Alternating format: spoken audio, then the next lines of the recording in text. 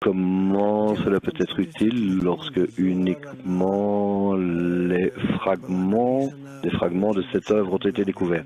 En fait, c'est vrai, le livre du Zohar a été écrit dans de nombreux volumes, peut-être des centaines de livres.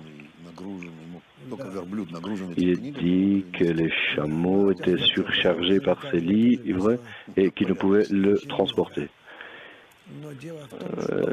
À ce moment-là, chaque livre était très lourd.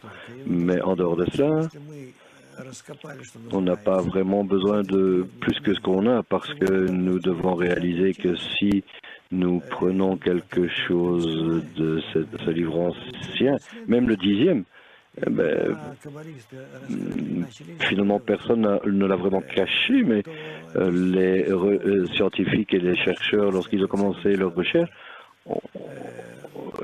il y a plusieurs siècles, au XIe siècle, ils ont découvert qu'ils n'avaient rien perdu là, parce que le livre du Zohar amène la personne à une perception correcte du Créateur. Plus tard, une personne va en elle-même, pas d'elle-même, pour découvrir ce que son âme essaie de lui enseigner. Ce qui est écrit ou pas écrit dans le livre qui est en face de toi, tu l'écris par toi-même, dans ton cœur, sur ton désir corrigé. Donc il n'y a pas besoin de connaître ce commentaire si finalement on ne comprend pas ces mots.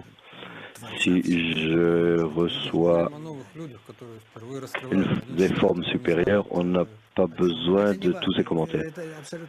Ceux qui étudient de nouveaux livres ne connaissent pas cette définition, peu importe ce qu'ils savent ou ne connaissent pas.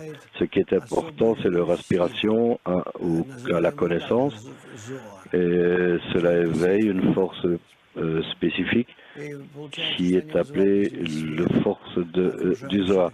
Le Zohar est appelé également l'illumination.